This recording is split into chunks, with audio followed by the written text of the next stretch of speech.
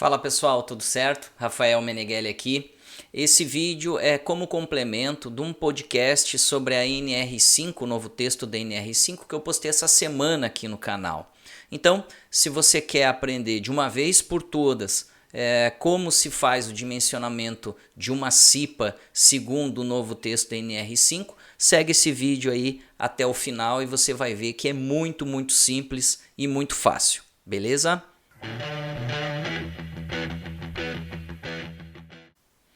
Bom, pessoal, então, como a gente já sabe, algumas NRs tiveram atualizações, né? Dentre elas também a NR5, que fala sobre CIPA, né? E eu vou mostrar para vocês aqui como é muito simples você dimensionar uma CIPA, ou seja, você saber quantos membros, né, precisa ter numa CIPA de qualquer empresa, né? A gente vai se utilizar de um CNPJ do mesmo exemplo, do mesmo modelo que eu passei no vídeo anterior para vocês, no podcast anterior também. Então, se você não assistiu ainda o vídeo sobre como dimensionar um SESMIT, eu vou deixar aqui na descrição do vídeo embaixo, vai lá e assiste, que a maneira de você descobrir o grau de risco de uma empresa é a mesma, tanto para a NR4, para dimensionamento do SESMIT, quanto para essa daqui sobre CIPA, tá? Então, vamos para a tela aqui e vocês já vão entender como a coisa é muito simples. São poucos passos aí para a gente seguir. Vamos começar do primeiro aqui. A primeira coisa que a gente vai fazer antes de saber o tamanho que vai ser a nossa CIPA no cartão do CNPJ da empresa, a empresa que você estiver trabalhando, a empresa que te contratar para dimensionar a CIPA, dimensionar e treinar a CIPA, a gente precisa obter duas informações. A primeira é o tipo e a segunda é o KNAI. Falando do tipo, o tipo explica qual setor econômico que essa empresa é enquadrada, né? Lembrando que quando se trata de uma empresa MEI, né, ela vai estar dispensada de compor a CIPA, tá? Tem alguns itens aí, algumas indicações, mas a gente vai ver mais à frente nos próximos vídeos, tá? Mas de uma maneira geral é isso mesmo que a gente precisa saber agora nesse momento. E com relação ao KNAI, né? O KNAI significa a Classificação Nacional da Atividade Econômica e é sim com esse número do KNAI que você vai iniciar o dimensionamento, né? Consultando a NR4 do SESMIT, tá? E obtendo o grau de risco dessa empresa. Lá no outro vídeo também eu coloquei esse site aqui da Receita Federal, né? Para você consultar o CNPJ, você cai nessa tela aqui, inclusive esse site também está na descrição do vídeo aqui embaixo, tá? Então você digita o CNPJ da empresa aqui, né?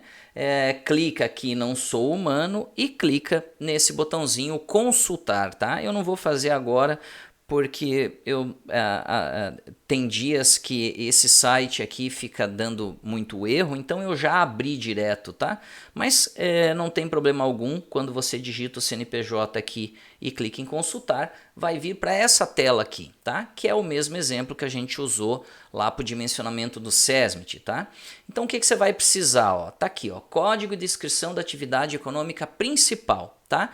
Você vai se utilizar desse primeiro número aqui, que nesse caso é 1921700, esse é o KNAI que a gente precisa, e a descrição da atividade, fabricação de produtos do refino do petróleo, beleza? Então vamos voltar lá na nossa tela e vamos continuar adiante aqui, você já vai entender como que isso tudo funciona. Como dica, quando o estabelecimento, então, segundo o item 5.4.13 da nova NR5, ele nos diz que quando o estabelecimento não se enquadrar no quadro 1 e não for atendido por SESMIT, a empresa nomeará um designado que cumprirá com as atribuições da CIPA. Quando o estabelecimento não se enquadrar no quadro 1, mas possuir o SESMIT, é esse o próprio SESMIT a quem será atribuída as obrigações da CIPA, tá, pessoal? Então é bom fazer uma breve leitura lá na nova NR5 também para entender esses pormenores aí, beleza? Vamos adiante aqui. Então vamos para o passo 2. Consultar o grau de risco da empresa na NR4 lá do SESMIT, tá? Então veja, a gente precisa trabalhar com a NR5 para dimensionar a CIPA, porém a gente também vai se utilizar da tabela, do quadro da NR4, tá? E como exemplo, né? Com o KNAI obtido no cartão do CNPJ, né? Quando você entra na empresa, é muito fácil de conseguir esse CNPJ da empresa, tá? Tendo o CNPJ da empresa, consulta-se o quadro 1 lá da NR4 do SESMIT para ver qual é o grau de risco, tá? Na NR4, então a gente está se utilizando desse CNPJ aqui, que é o mesmo, né? Que a gente se utilizou, de refino de petróleo, enfim, só para a gente entender como é que acontece, tá? E quando eu fiz a consulta desse CNPJ, apareceu lá no cartão, né, deles a atividade principal, que é a fabricação de produtos do refino do petróleo, tá? Aí o que acontece? Você vem nesse link aqui, que também tá aí na descrição do vídeo embaixo, tá? E você vai parar aqui, ó. Você vai parar dentro da NR4, tá, pessoal? A nova NR4, certo? Então o que acontece? Você vai descer aqui e vai chegar no quadro. Onde é que tá aqui? Vamos descer mais um pouquinho. Ó, vai chegar aqui no quadro 1 da NR4, tá? Aqui você vai descobrir através do KNAI, que você já tirou lá da empresa, né? Você pegou o CNPJ, aí retirou o KNAI, e através do KNAI aqui você vai conseguir o grau de risco dessa empresa. Para facilitar, para procurar, Ctrl F, abre aquele quadrinho ali em cima, a gente pode colocar, como a gente já sabe que é refino de petróleo, vamos colocar aqui ou o KNAI ou o próprio refino do petróleo, tá, pessoal? Ó, então, vamos ver aqui um pouquinho mais para baixo. Refino de petróleo, tá? Ó, tá aqui, ó.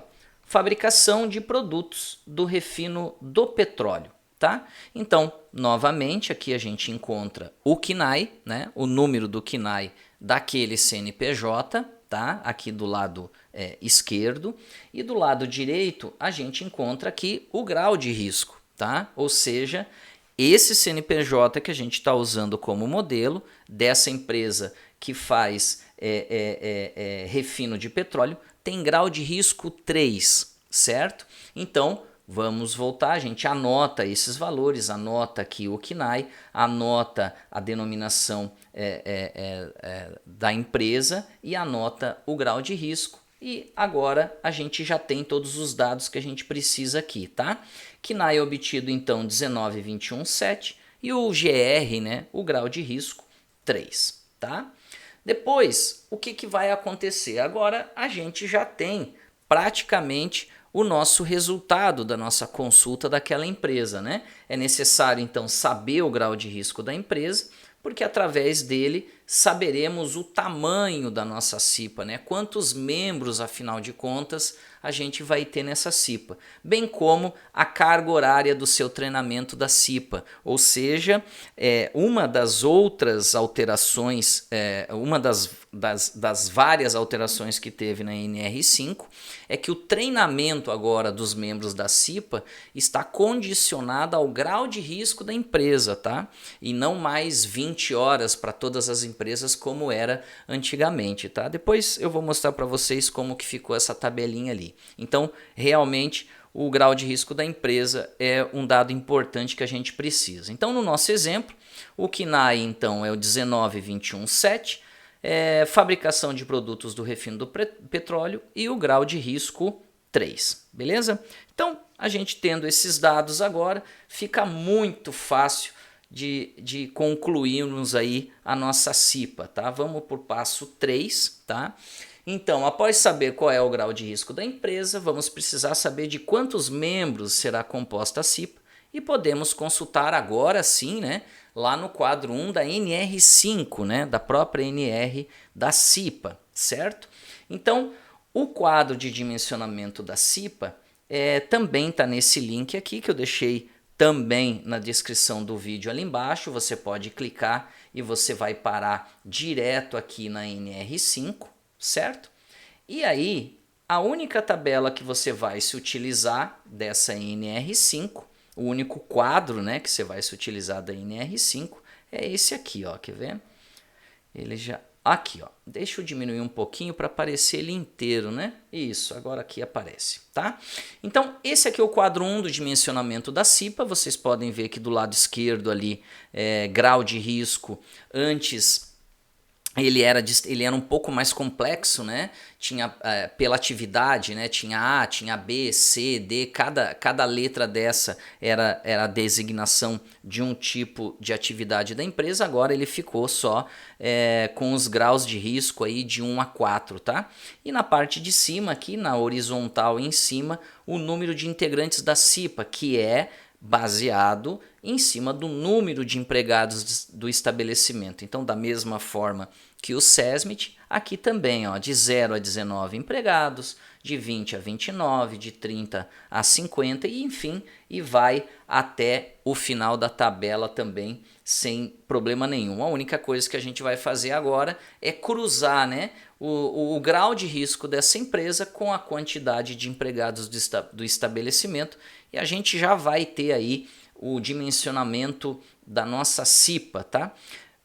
Esse asterisco que aparece aqui no grau de risco está descrito aqui embaixo. Ó, o grau de risco, conforme estabelecido no quadro 1 da NR4, então ele te lança, né, lá para a NR4 para você pesquisar. A relação da Classificação Nacional de Atividades Econômicas, o CNAE, versão 2.0, com o correspondente grau de risco, GR, para fins de dimensionamento do SESMIT, tá? Beleza? Então vamos voltar lá para o nosso quadro. Agora, continuando aí o nosso exemplo, como que vai ficar aquela tabela ali? Bom, a gente conseguiu o CNPJ da empresa, através do CNPJ da empresa a gente consultou o número do CNAE dessa empresa, né? Com o número do CNAE a gente foi lá na NR4 e descobriu o grau de risco, tá? Vamos imaginar nesse nosso exemplo que essa nossa empresa tem 400 colaboradores, tá? Aí agora tá muito simples. Eu sei que o grau de risco desse meu exemplo é 3, tá aqui onde está esse círculo verde aqui. E a quantidade de funcionários, ó, 400. Então ele tá nessa limitante aqui de 301 a 500, certo? Beleza? Então, da mesma forma também que lá na NR4 para o SESMIT, você só cruza as linhas, né, grau de risco e quantidade de funcionários, e aqui está a tua relação da tua CIPA, tá? Então, nesse caso aqui, grau de risco 3 e 400 colaboradores, a CIPA vai ter 5 efetivos e 4 suplentes, tá? É exatamente isso que é para ser feito, não tem absolutamente dificuldade alguma, né? Tá? Lembrando, né, claro, que a gente tem mais uma questão a ser considerada, né? Que a gente sabe que pela NR5 existe a metade dos trabalhadores que vão fazer parte da CIPA entram por votação e a outra metade entram por indicação da própria empresa, tá? Então, logo, essa empresa deverá ter 5 membros efetivos e 4 membros suplentes. Conforme a NR5, a CIPA deve ser composta pelo mesmo número de representantes para o empregador e para o empregado. Portanto, com a soma de efetivos e suplentes que dá 9, né? Então são 5 efetivos e mais 4 suplentes, dá 9 membros da CIPA. A CIPA será composta por 18 membros. Por quê? Porque os outros 9, né? Os outros 5 efetivos e 4 suplentes serão indicados pela própria empresa, tá bom? Tranquilo? E lembrando também que o presidente da CIPA é indicado pela empresa, tá? E o vice-presidente da CIPA é indicado pelos membros da CIPA, tá bom? Então, você pode perceber que realmente é muito simples, tá? A última questão, então, só para a gente tratar, para ficar bem claro, é a questão dos treinamentos. Lembra que lá no começo eu falei que o treinamento da CIPA agora ela está diretamente relacionada ao grau de risco da empresa? Pois então aqui lá no item 5.7.4 da nova NR5, ele fala sobre os treinamentos. O treinamento deve ter carga horária mínima de 8 horas para estabelecimento de grau de risco 1, 12 horas para estabelecimento de grau de risco 2, 16 horas para estabelecimento de grau de risco 3 e 20 horas daí, né? Daí fica como era antigamente, mas somente para as empresas com grau de risco 4, tá? E dentro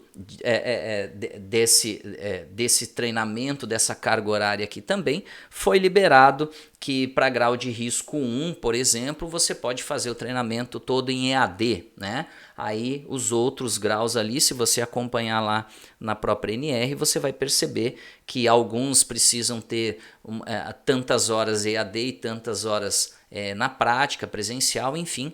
Mas é muito simples de acompanhar isso daí, porém precisa atenção, tá, pessoal?